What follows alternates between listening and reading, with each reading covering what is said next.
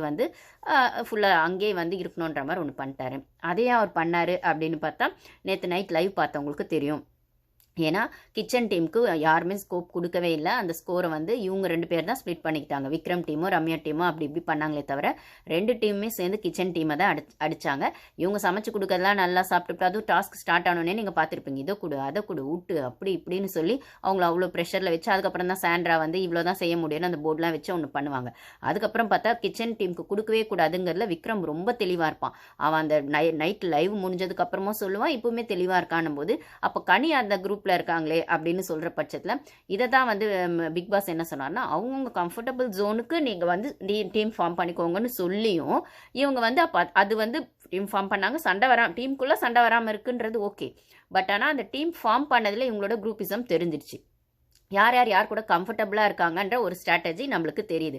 இப்போ இதில் for example எடுத்துக்கிட்டிங்கன்னா விக்ரம் சுபிக்ஷா அப்படிங்கிற இடத்துல அது வந்துடுது. கமருதீன் விக்ரம் எதிர்க்க மாட்டாங்க அப்படின்னு. அதுக்கப்புறம் வந்து அமித் எஃப்ஜே அப்புறம் சபரி எஃப்ஜே. அமித்க்கும் லைட்டாக ஒரு கோல்டு வார் போகுது எஃப்ஜே கூட, இருந்தாலும் சபரி எஃப்ஜே அப்படிங்கிற மாதிரி அது ஒன்று போகுது. இங்கே சாண்ட்ரா திவ்யா பாரு எந்த டீம்லையுமே இல்லைன்னு வைங்க, அவங்கள எல்லாரும் யூஸ் தான் பண்ணிக்கிறாங்க. அவங்க ஸ்பெசிஃபிக்காக யார் கூடயாவது இருக்காங்களான்னா அந்த நாமினேஷன் அப்போ மட்டும் சாண்ட்ரா கூட இருக்காங்களே தவிர, பட் ஆனால் அவங்களுக்கும் தெரியும் எப்போ வேணால் சாண்ட்ராவும் திவ்யாவும் தண்ணியும் ரிவர்ஸில் அடிப்பாங்கன்னு அவங்களுக்கு தெரியணும் போது பாரு வச்சு தான் அந்த கேமை எல்லாருமே யூஸ் பண்ணிருக்காங்க. அப்படின்னும் போது அப்போது கனி மட்டும் எப்படி தப்பி தவறி கிச்சன் டீமுக்கு போனாங்க அப்படிங்கிறது தான் நேற்று விக்ரம் கிட்ட அவங்க விளக்கம் கொடுக்குறாங்க. அப்படியே ரொம்ப நல்லா இது நியாயமாக அவன் விக்ரம் பேசுகிறான். ஏன்னா சாண்ட்ரா குரூப்பில் கனி இருக்கிறது அவனுக்கு பிடிக்கல. இதே இவங்க டீமில் யார் கூடயாவது அவங்க பாத்ரூம் டீமில் கிளீனிங் டீமில் வருவாங்க நான் விக்ரம் எதிர்பார்த்தான் போல. ஏன்னா அவங்கவுங்கள இஷ்டப்பட்டதை நான் அந்த டீமில் போய் சேர்ந்தாங்க. அப்போ வந்து கேட்குறாங்க கனி, ஏன்னா நேற்று வந்து கிச்சன் டீமுக்கு ஸ்கோப்பே வரவே இல்லை ரைட்டா. அப்போ உஷாரான கனி வந்து உடனே வந்து விக்ரம் கூட வந்துட்டு வந்து உட்காந்து நைட்டு விக்ரம் எஃப்ஜே கனி பேசின லைவ் கான்வர்சேஷனை எவ்வளோ பேர் பார்த்தீங்கன்னு எனக்கு கமெண்ட்ஸில் ஷேர் பண்ணுங்கள். ஸோ அப்போ வந்து பேசிட்டு இருக்கும்போது விக்ரம் சொன்னால் எனக்குலாம் கஷ்டமாக இருக்குது, நீங்கள் ஒருத்தங்க மட்டும் அவங்க மாட்டிக்கிட்டது அப்படின்னா அப்போ வந்து கூப்பிட்டு வந்து வச்சுக்க வேண்டியதானே உங்கள் அக்கா உங்கள் டீம்லேயே அப்படிங்கிற மாதிரி இருக்குது. உடனே அவங்களும் இப்போ நான் தெரியாமல் போய் அந்த டீமில் சேர்ந்துட்டேன். நான் என்ன நினச்சேன்னா கிச்சன் டீமுன்றது அந்த ஒரு இன்ஃப்ளூயன்ஸ்லேயே நான் போய் சேர்ந்துட்டேன். இவங்களாம் ஃபஸ்ட்டு அந்த கிச்சன் பாலிடிக்ஸ் வச்சு பண்ணிட்டு இருந்தாரு. அது பிரம்மாஸ்திரம் சொன்னார் திவாகர் சார், நல்லா தான் அந்த மாதிரி வந்து யூஸ் பண்ணலான்னு பார்த்தாங்க. பட் ஆனால் அது சாண்ட்ரா கிட்ட வேலைக்காகுமா இல்லை சாண்ட்ரா திவ்யா சேர்ந்துருக்கும் போது வேலைக்காகுமா? ஒரு வேளை பார்வியான மட்டும் இருந்திருந்தா நீங்கள் அடிச்சு ஆடி இருப்பீங்க, உங்கள் பாலிடிக்ஸாக காட்டியிருப்பீங்க, அதை தான் ஃபர்ஸ்ட்லேருந்து பண்ணிருந்தீங்க. ஆனால் சாண்ட்ரா திவ்யா கிட்ட அது வேலைக்காகாதுல. ஸோ அவங்க அந்த டாமினேஷனை அங்கே எடுத்துடுறாங்க சாண்ட்ரா. ஸோ அதனால இவங்க வந்து பீஸ் போன பல்பு மாதிரி தான் இவங்க ஆயிடுறாங்கன்னும் போது அப்புறம் வந்து அப்போ வந்து அது விக்ரம் கிட்ட சொல்கிறாங்க, அது நான் அப்படி சமைக்கிறதுன்ற மாதிரி அந்த தாட்குள்ளேயே போய் ஒன்று தப்பு பண்ணிட்டேன் அப்படின்னு. இல்லைன்னா நேற்றே இன்னைக்கான விஷயத்துக்கு இவங்க ஒரு பிரச்சனை பண்ணுற மாதிரி தான் யோசிச்சுட்டு இருந்தாங்க. ஆனால் கனி தான் வந்து இல்லை நாளைக்கு நம்ம பெர்ஃபார்ம் பண்ணிடலாம், டாஸ்க்கும் வின் பண்ணலாம், இதுவும் செய்யலாம், அதுக்கப்புறம் லாஸ்ட் டே வரும்ல அந்த டாஸ்க்கில் அப்போ எதையாச்சும் பிரச்சனை பண்ணலாம், இப்போ முடிஞ்ச அளவுக்கு நாளைக்கு நம்ம இது செய்கிறோம் அதை செய்கிறோம் எதெல்லாம் இன்னைக்கு விட்டோமோ அப்படி செய்கிறோம்னு சொல்லி ஒரு பூசி மழுப்பு ஒன்று ஒரு டச்சப் ஒன்று பண்ணி வச்சிருப்பாங்க. சாண்ட்ரா பாரு திவ்யாலாம் பிரச்சனை பண்ணாத மாதிரி அதை எடுத்துகிட்டு வந்து விக்ரம் கிட்டே ஒப்பிச்சாங்க. ரைட்டுங்களா, நான் ஏதோ ஒன்று கஷ்டப்பட்டு ஒன்று சொல்லி வச்சிருக்கேன் நாளைக்கு பார்த்துக்கலாம் அப்படின்னு சொல்லிட்டு அப்படின்னு. ஏமா நீங்கள் ஒரு டீமில் இருக்கீங்க, அப்புறம் அந்த டீமை பற்றியே பக்கத்தில் போய் விக்ரம் பேசுகிறீங்கன்னா அந்த விக்ரம் தான் உங்கள் டீமுக்கு கொடுக்கல. அப்போ நீங்கள் அந்த டீமுக்குள்ளேருந்து ஒரு விஷயத்தை எடுத்துகிட்டு போய் சொல்லியோ இல்லை உங்கள் டீமுக்கு கொடுக்கவே இல்லைங்கிறத உங்களுக்கு அதை அட்ரஸ் பண்ணவே முடியலன்னும் போது நீங்கள் எதுக்கு அந்த டீமில் இருக்கீங்க அப்படிங்கிற மாதிரி தான் இருக்குது. அது நீங்கள் இருக்கிற டீமுக்கு ஃபேரே இல்லை அப்படின்னு தான் சொல்லணும். அதை நீங்கள் முதல்லேருந்தே அதை தான் பண்ணிருக்கீங்கன்னு வச்சுக்கோங்க. ஓகே, இதே சாண்ட்ரா திவ்யா பேசுறாங்கன்னா அவங்க ஒரே டீம்ல இருந்து தான் பேசுறாங்க. ஆனா பாருவை பத்தி தான் அவங்க பேசுறாங்க. அதே பாரு எங்கேயாச்சும் யாரை பத்தியாவது பேசுறாங்களான்னா அவங்க எதுவாக இருந்தாலும் டைரக்டா தானே பேசுறாங்க.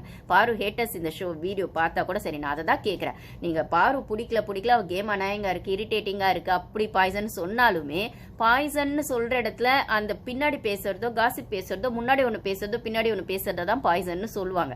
அதுக்கப்புறம் வந்து டபுள் கேம்னு சொல்லுவாங்க. இதுல எதுவுமே அந்த பொண்ணு பண்ணலையே, எல்லாத்தையும் முகத்துக்கு நேரா சபரியே நேரா தான் கேள்வி கேட்டுச்சு. எஃப்ஜே பண்ணது பிடிக்கலன்னு சொல்லிச்சு. அதுக்கப்புறம் வந்துட்டு சாண்ட்ராவுமே சம்டைம்ஸ் வந்து அந்த கேப்டனா சாண்ட்ரா வாக்கும்போது கொஞ்சம் கிரிமினல் மைண்டும் இருக்கு, அதுக்கேற்ற மாதிரி சாமர்த்தியமும் இருக்கு அப்படின்னு சொல்லி முகத்துக்கு நேராக தான் அந்த பொண்ணு அடிக்குது. அப்படின்னும் போது நீங்க எப்படி அவளுக்கான விஷயத்துக்கு மட்டும் சுத்தி வளைச்சு எங்கடா குத்தம் கண்டுபிடிக்கிறீங்கன்னு தெரியல. அப்ப சாண்ட்ரா கிட்ட தப்பு இல்லையா? சாண்ட்ரா திவ்யா சேர்ந்து உட்காந்து பார்வை தப்பா பேசலையா? இல்லைன்னா வந்து கனி வந்து அந்த டீம்லயே இருந்துட்டு விக்ரம் கூட நைட்டு பேசலையா? எஃப்ஜே அவன் பாத்ரூம் டீம்ல இருக்கா, அமித் டீம்ல சபரி டீம்ல, அவன் இங்க வந்து உட்காந்து விக்ரம் கூட சேர்ந்து உட்காந்து பேசலையா? ஓகே, நீங்க ஒரு டாஸ்க் முடிஞ்சோடனே ஒன்னா உட்காந்து பேசுறீங்க, ஓகே. ஆனா எந்த டீம்ல இருக்கிறீங்களோ அந்த டீமை பத்தி இன்னொரு ஆப்போசிட் டீம் கூட பேசும்போது அது எப்படி ஃபேர் ஆகும் அப்படின்னு எனக்கு தெரியல. அப்ப நீங்க கேட்கலாம், அப்ப பாரு சாண்ட்ரா கூட சேர்ந்து நாமினேட் பண்றாங்கன்னா அவங்க நாமினேட் பாரு போய் வந்து சாண்ட்ரா கூடயும் பிரஜன் கூடயும் சேரல. உங்களுக்கு 1 hourல அப்படிதான் காட்டுறாங்க. ஆனா ஒவ்வொரு வாட்டி நாமினேஷன் வரும்போதும் அந்த ஒஸ்ட் பெஸ்ட்னு செலக்ட் பண்ணணும் போதும் பாரு கூட தான் வந்து சாண்ட்ரா சேர்றாங்க, பாரு கூட தான் வந்து பிரசன்ட் சேர்றான். அப்ப அங்க வந்து திவ்யா அதுக்குள்ள ஜாயிண்ட் ஆயிக்கிறாங்க.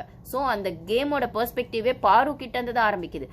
அந்த நாமினேஷன் ப்ராசஸே பாரு கிட்ட இருந்து தான் ஆரம்பிக்குது. இவ்வளவு போடலாம் அப்படி போடலாம் அந்த டிஸ்கஷனுக்குள்ள பாரு கூட போய் ஜாயிண்ட் பண்ணிக்கிறது பிரசன்ட் சாண்ட்ராவை தவிர பாரு வந்து இவங்க கூட ஜாயின் பண்ணலாங்கிறது ஒன்று இருக்கு. அப்போ பாரு ஏன் வேணான்னு சொல்லி தனியாக ஆடலாம்னா தனியாக தான் 5 வாரம் ஆடினாங்களேமா, என்னத்தை நீங்க அடிச்சு அந்த பொண்ணு அவ்வளோ அடி அடிச்சிங்க. ப்ளஸ் வெளில ஓட்டிங் கூட அந்த பொண்ணுக்கு வரல. அந்த பொண்ணு 5 வாரமா கண்டென்ட் கொடுத்ததுக்கு போது திருப்பி இந்த சான்ஸே அந்த பொண்ணு விட்டுட்டா திருப்பி தான் எல்லா குரூப்பும் சேர்ந்து அவள் அடிக்க போறீங்க. இந்த பக்கம் அடி, ஏன்னா வந்தோடனே ஒயில் கார்டு இவ்வளோ தானே அடிச்சாங்க. அப்போ கோ வித் த ஃப்ளோன்னு அவளுக்கான சான்ஸ் அவள் எடுத்துக்கிறான்றது எனக்கு ஒன்றும் அது நாமினேஷன் ஓப்பனாக பேசுறது தப்புனா நீங்கள் ஃபர்ஸ்ட் வீக் 5 வீக்ல கனி பேசினதே நீங்கள் எடுத்து பேசணும். இப்போ பேசுறீங்க அப்படின்னா இதுக்கப்புறம் எல்லாரும் நியூட்ரலா கேம் ஆனா இது கரெக்டாக போ. திருப்பி வீக்கெண்ட்ல பேசிட்டு இவங்க தனியா ஒரு குரூப் அவங்க தனியா ஒரு குரூப் ஆனா அடி வாங்க போறது பாரு தானா, மத்தளத்துக்கு 2 பக்கம் இடின்னு அவங்க அடி வாங்குவாங்கன்னா அப்போ அவங்க ஒரு ஸ்மார்ட்டா அவங்களுக்கான ஒரு ஸ்டாண்ட் எடுக்கல தப்பில்லைன்னு எனக்கு தோணுது. அதை முள்ளால தான் எடுக்கணும்னா ஸ்டார்டிங் எல்லாம் ரம்யாலாம் சொல்லியிருப்பாங்களே, அந்த ஃப்ரீ நாமினேஷன் பாஸ்ல சுபிக்ஷாலாம் சொல்லியிருப்பாங்களே, அதே கான்செப்ட் வச்சுக்கோங்க, அவ்வளவுதான். ஸோ இப்போ வந்து அந்த விக்ரம் எஃப்ஜே பேசும்போது எப்படி இருந்தாலும் விக்ரம் என்னன்னா கிச்சன் டீமுக்கு கொடுக்கவே கூடாது, அவங்க பெர்ஃபார்ம் பண்ணா கூட கொடுக்கூடாதுன்றதுல அவன் ரொம்ப தெளிவா இருக்கான். ஏன்னா அவன் மட்டும்தான் அந்த ஸ்கோப்பை எடுக்கணும், அவன் மட்டும்தான் அந்த ஸ்கிரீன் ஸ்பேஸை எடுக்கணும்ன்றது உங்களுக்கு ஃபர்ஸ்ட் வீக்ல இருந்து விக்ரம கவனிச்சவங்களுக்கு தெரியும். ஏன் அந்த கியூசி டாஸ்க்ல கூட எனக்கு வந்து பாரு கியூசியா இருக்கும்போது கூட அவன் அதை தான் சொல்லுவான். சுபிக்ஷம் அவகிட்ட டீல் பேசும்போது பாரு கிட்ட எனக்கு வேற எதுவுமே வேணாம், எனக்கு கொஞ்சம் பெர்ஃபார்ம் பண்ண சான்ஸ் கூட எனக்கு அது போறோம், இந்த ஷோக்கு நான் அதுக்கு வந்ததே இதை மட்டும்தான் பிடிச்சிட்டு இருக்கான். நீ வந்தது இதுக்காகனா எல்லாருக்குமே வந்ததுக்கு ஒரு ரீசன் இருக்கு. வினோத்துக்கும் ஒரு பாட்டை வந்து கொடுக்கணும்னு ரீசன், அவன் எஃப்ஜேக்கும் பீட் மியூசிக் அவனுக்கு வரணும்னு ஒரு இது இருக்கு.